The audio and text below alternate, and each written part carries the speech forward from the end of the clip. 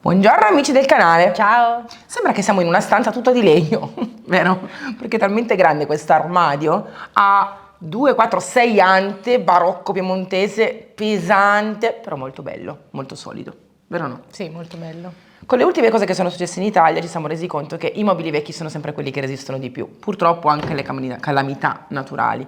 Infatti anche molte persone dalla Toscana, dall'Emilia che ci hanno scritto ci hanno detto ma sapete che gli unici mobili che stiamo riuscendo a salvare sono quelli di fine 800, inizio 900, quelli veri, in legno massello. Quindi anche voi, se avete un catafalco del genere, non pensate che sia pesante, o perlomeno lo è, ma può diventare molto leggero e molto particolare. Noi abbiamo già fatto un lavoro di falegnameria non indifferente ieri. Ci siamo messi con Franco e Emma a creare tutte le mensole interne perché non c'erano. Come vedete era il classico armadio guardaroba dove si potevano appendere, ma a noi questo serviva come mobile espositore anche. Quindi abbiamo creato con dei legni di recupero che avevamo queste mensole tagliandole a misura, abbiamo fatto anche i rigoli laterali, li abbiamo incollati, fissati e abbiamo un mobile perfetto perché ha 3 arcate piene di mensole, ci starà tutto. Ma mica possiamo crearlo, lasciarlo così, banalmente. Quindi ci siamo ispirati a questa palette di colori che mi ha proposto Emma qualche settimana fa. Volevamo in realtà riprodurlo in una casa, poi non siamo riusciti per diverse questioni e allora ho detto, prima volta che trovo un mobile abbastanza grande che mi permetterà di fare questo abbinamento di colori lo farò. Perché in realtà quando voi vi approcciate a un restyling, andate sempre a cercare anche online, anche su Pinterest, mobili per riprodurre quel mobile. Pensatela diversamente, pensate a come portare a casa vostra, come fare un restyling a casa vostra, ispirandovi a una palette di colori. Quindi noi oggi lavoreremo con l'esterno, sull'arancio, quindi creeremo sfumature e torta di zucca, un po' desaturate con un vintage, e poi anticheremo con la cera. E all'interno serendipiti, usando il viola, e creeremo queste sfumature che ha proposto la natura, non noi, e la natura non sbaglia mai. Quindi partiamo.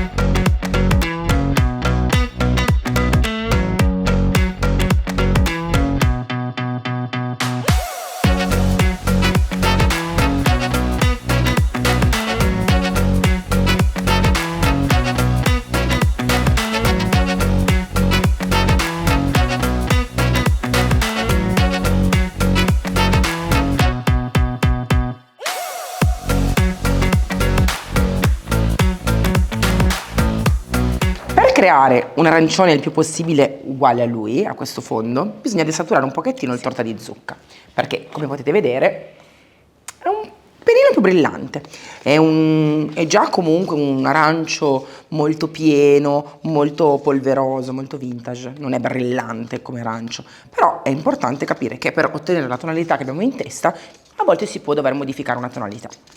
Io, siccome è una superficie molto ampia, userò un barattolo da 500 e un fondino. Qua dentro ne avrò 250 grammi di uno vecchio.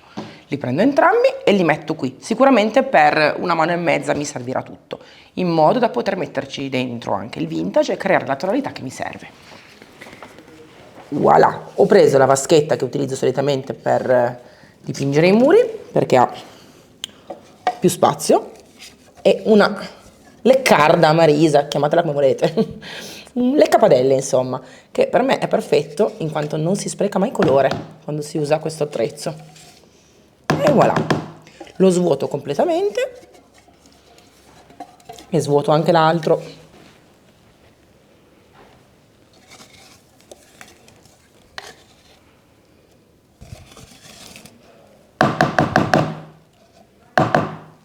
Ora aggiungiamo un po' di vintage. Ci pensi tu? Aggiungi tu? Sì, io giro. Andiamo poco alla volta. Ferma. Voilà. Poco alla volta per capire quando è l'arancione giusto che piace a noi.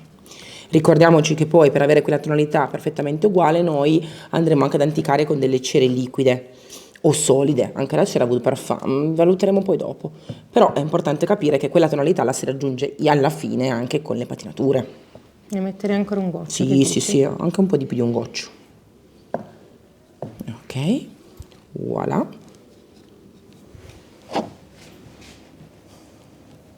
Secondo me così ci siamo. Elisa, se devi riprodurlo come fai? ce la faccio tranquillamente, non vi preoccupate. Mi terrò a parte, a lato, una stesurina, quindi su un pezzettino di carta faccio una leggera pennellata, in modo che se devo rifarlo mi basterà riprodurre lo stesso colore. Sono talmente saturi i nostri colori che ce la si fa senza problemi, il colore viene sempre uguale. Se voi però non vi fidate, vi basterà contare i cucchiai di colore di vintage che mettete dentro e in questo modo riusciremo tranquillamente a risalire il colore perfetto. Oppure una piccola caraffina, si può grammare, pesare, come volete voi. Benissimo, vedete? Emma l'ha già steso, così a noi basterà ritornare a lui. Nel momento in cui noi passeremo la cera anticante, raggiungeremo questo. Sì. Allora, munite di pennello a punta, perché oggi non si può non usare il pennello a punta con tutti questi bellissimi fregi, andiamo a colorare la prima parte di mobile. E guardate qui che spettacolo.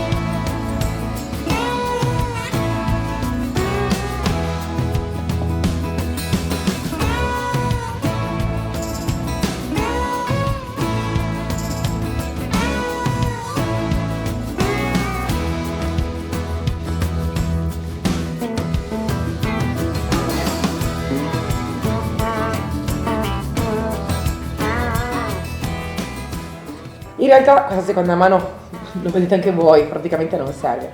Però c'è qualche piccolo dettaglio nel bordo, nella parte alta, guarda, forse lo puoi fare su, Sì. lassù nella cimasa. Diciamo che c'è qualche velatura ancora di legno sottostante, quindi diamo questa seconda mano, ma proprio poco, e dopodiché lasciamo asciugare per dare poi dopo appunto la protezione e l'anticatura. Ci dedichiamo però nel frattempo alla parte poi interna, che sarà veramente stupenda, serendipiti.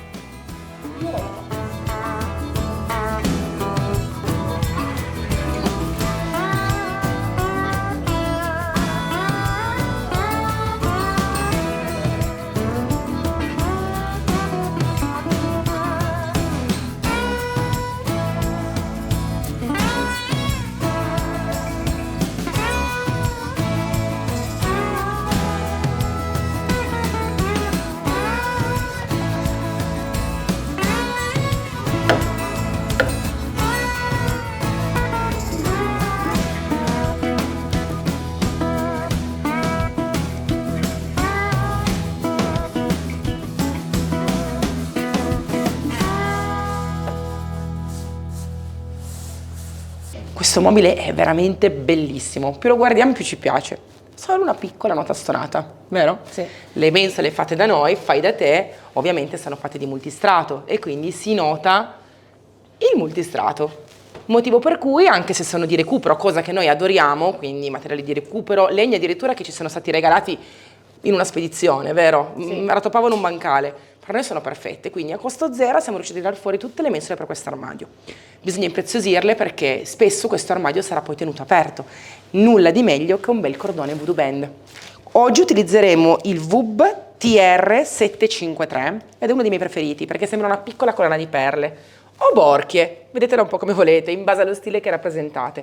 Mi raccomando, se avete qualche pezzettino rotto, tenetelo, perché è oro colato in queste tipo di modanature, perché magari ve ne manca un centimetrino per finire e così potete veramente essere precisi. Oltretutto è un cordone molto furbo perché è molto sottile. Cosa vuol dire? Che si scalda in frettissima, si applica veramente in fretta e è molto maneggevole, quindi ci metteremo veramente poco a fare il bordo della mensola. Guardate. Io ho il phon termico, ricordate sempre che se non ce l'avete usate un phon per capelli normale, ci metterete solo qualche istante in più e magari potete aiutarvi con una teglia da forno. Io scaldo per bene. Io ti metto la colla. Brava, Emma sta già mettendo la colla. Noi usiamo questa di Saratoga per legno che è veramente molto buona, molto molto buona. È una colla che non ha nessun tipo di spreco perché il tubetto lo svuotate al 100% e con i cordoni è fantastico. Vedete, io lo scaldo bene così.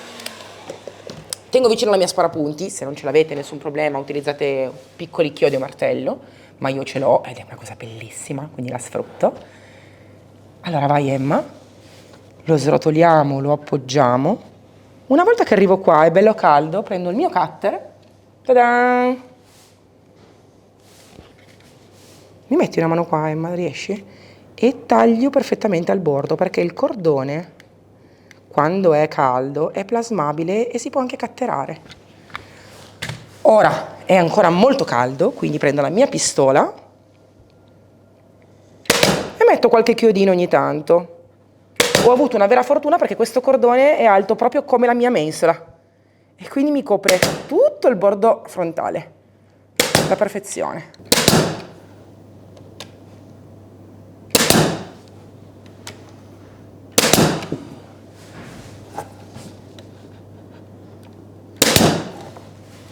Con un pennellino togliamo qualche rigolo di colla, tanto non si vedrà perché diventerà trasparente. Nel frattempo il cordone fregio si raffredda un pochino e noi possiamo andare leggermente anche a limare. Quindi se vogliamo eliminare dai lati, testa e coda, un po' di punticina rimasta del cordone, spugnettina abrasiva e voilà, diventerà liscissimo. Anche qui. Lo fai tu? Sì.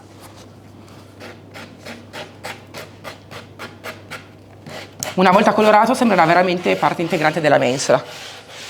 Adesso Emma lo mette a posto e vi faccio vedere quanto sta bene, perché poi questo armadio sarà tenuto con porte aperte, quindi è fondamentale che stiano bene.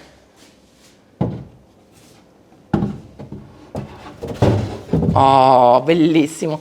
Deve ancora essere colorato, eppure sembra un gioiello molto fine, molto raffinato che va a, diciamo, autenticare la parte interna. Abbiamo tirato fuori quindi da un armadio asseiante, molto pesante, che le persone solitamente cercano di eliminare, una vera e propria libreria.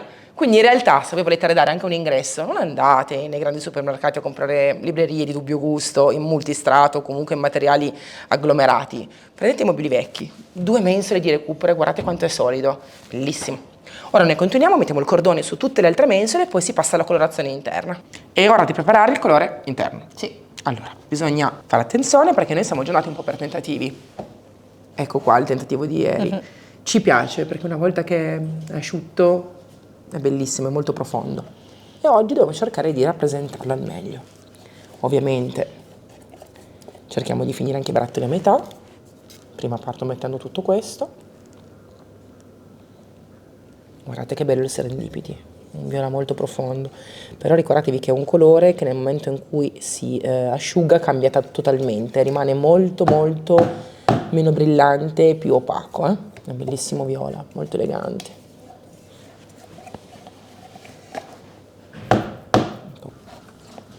Sapete che noi andiamo sempre a istinto. Sempre con il vintage, andiamo sempre a desaturare il colore con il vintage. Bellissimo, di un'eleganza pazzesca. Molto bello. Cosa dici? Secondo me ci siamo. Ci siamo? O metteresti ancora un goccino? Non lo so. Mettiamo ancora un goccio. Giusto per scrupolo. Boh, basta, fine. Ora guardiamo puro com'è steso, se ci piace. Magari lo facciamo sulla stesura di una Mensola? Una mensola, sì. Non so neanche il cassetto qua. Apriamo un cassetto, va? Sì.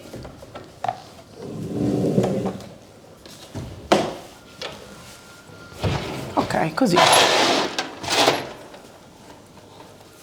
E voilà. Guardate che bello l'abbinamento. Ve lo faccio qua così lo vedete ancora meglio. Che bello l'abbinamento con il torta di zucca miscelato al vintage. Eccezionale. Bello, bello, bello. Ti piace, Emma? Sì, molto. Adesso noi continuiamo su tutta la struttura interna perché bisogna colorare tutto, tutto. Però il fondale no, forse il fondale è una sorpresa. Sì, il fondale è una tutto tranne il sorpresa. fondale. Andiamo. Prendo un pennello.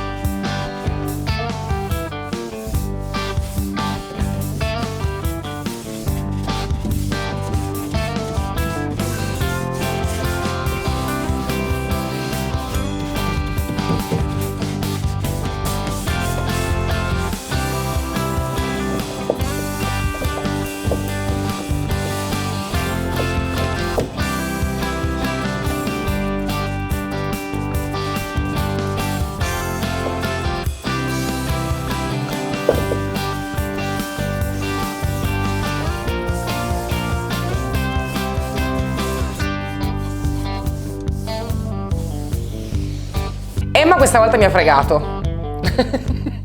Mi ha fregato perché io sono partita con delle idee molto chiare su questo progetto, veramente chiare, come non avevo da tempo. E poi in corso d'opera invece abbiamo completamente stravolto il tutto. Abbiamo trovato la carta da parati che sta talmente bene che però ha messo in discussione il mio progetto iniziale. Quindi il fatto di fare una bella patina con la cera marrone e anticare ancora di più è svanito. E vi faccio vedere però quanto sta bene questa bellissima carta super moderna a contrasto con l'interno, perché noi qua l'abbiamo già messa. Da-dan!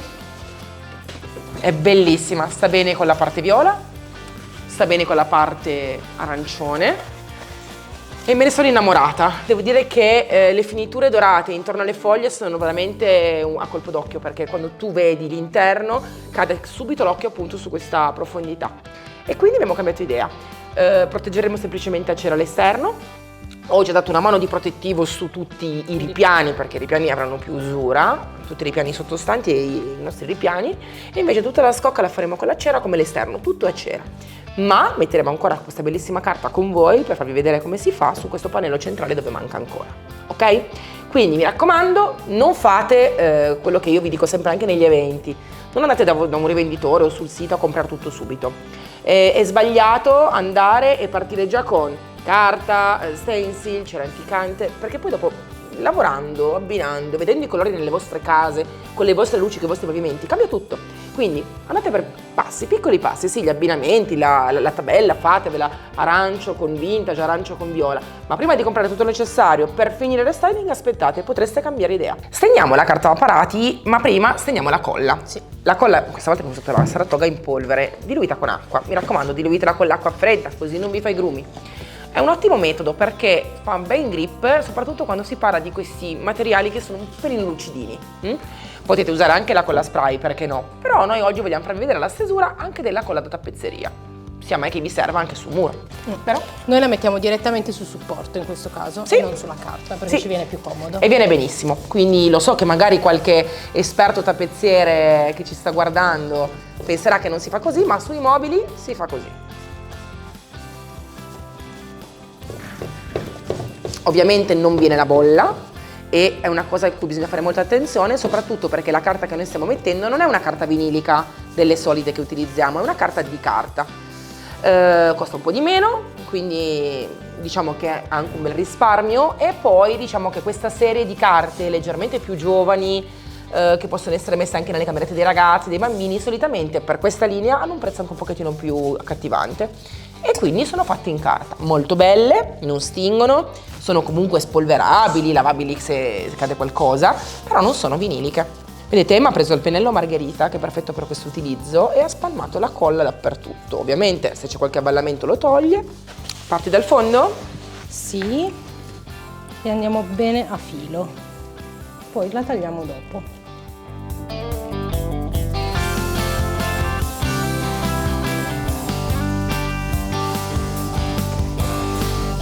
La spatola.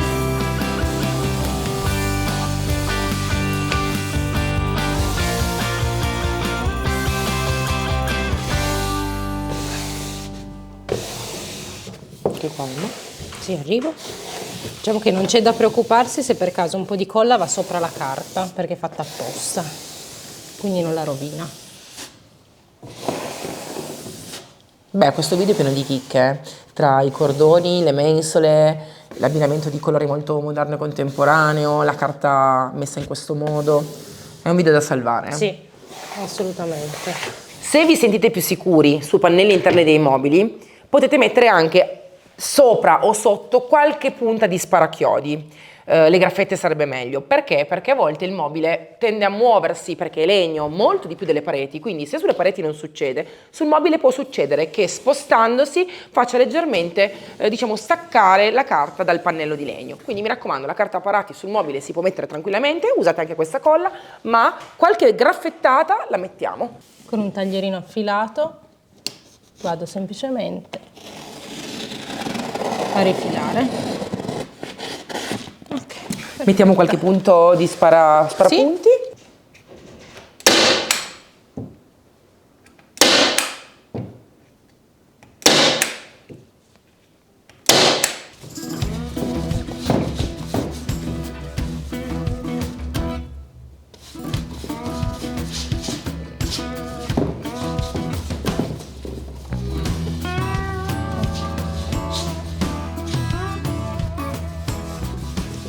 La difficoltà nel mettere la carta è non far vedere dov'è il riposizionamento, quindi la giunzione. Sapete che c'è un po' di sfrido e lo sfrido è sempre segnato sul nostro rotolo.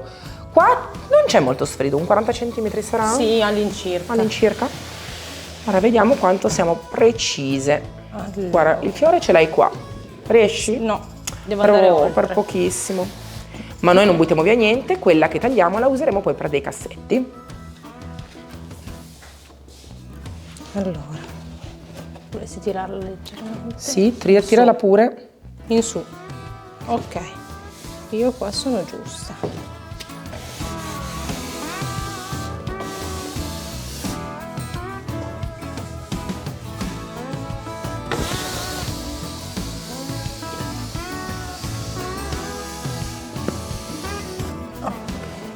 Avviciniamola leggermente.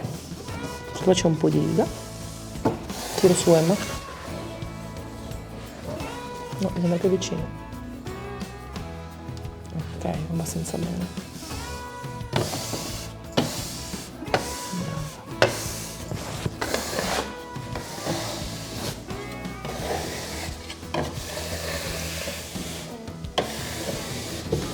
Mi raccomando, usate la spatola come fa lei, quindi dal centro verso l'esterno, e mi raccomando, passate bene la spatola anche nella rifinitura centrale, nella giunzione centrale, proprio per evitare che ci sia lo scalino. Non si deve vedere dov'è il distacco tra un rotolo e l'altro. Avete visto come si mette la carta a parati? Con la colla d'apparato, che va benissimo su mobili e su muri, quindi non abbiate paura. Create le vostre pareti personalizzate anche in casa, quella dietro il letto, quella dietro il divano, una nicchia in cucina, buttatevi, tanto noi la mediamo anche a metro. Emma stende la cera jasmine su tutto il mobile col pennello a punta. A tra poco con la mietazione.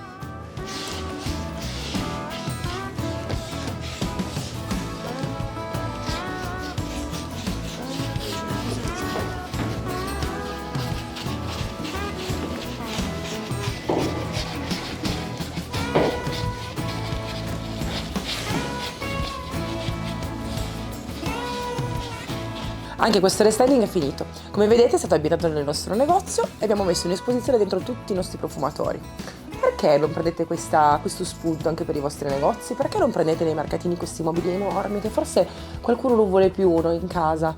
A volte si hanno delle case forse con camere troppo piccole per avere mobili così grandi, ma le attività commerciali sono perfette. Abbiamo messo le nostre mensole, ricoperte con il nostro fregio, colorato, due colori molto moderni in contrapposizione. Cosa sarebbe meglio in un bel negozio che un mobile fatto così? Nulla. Quindi prendete spunto da questo e al prossimo restyling. Ciao!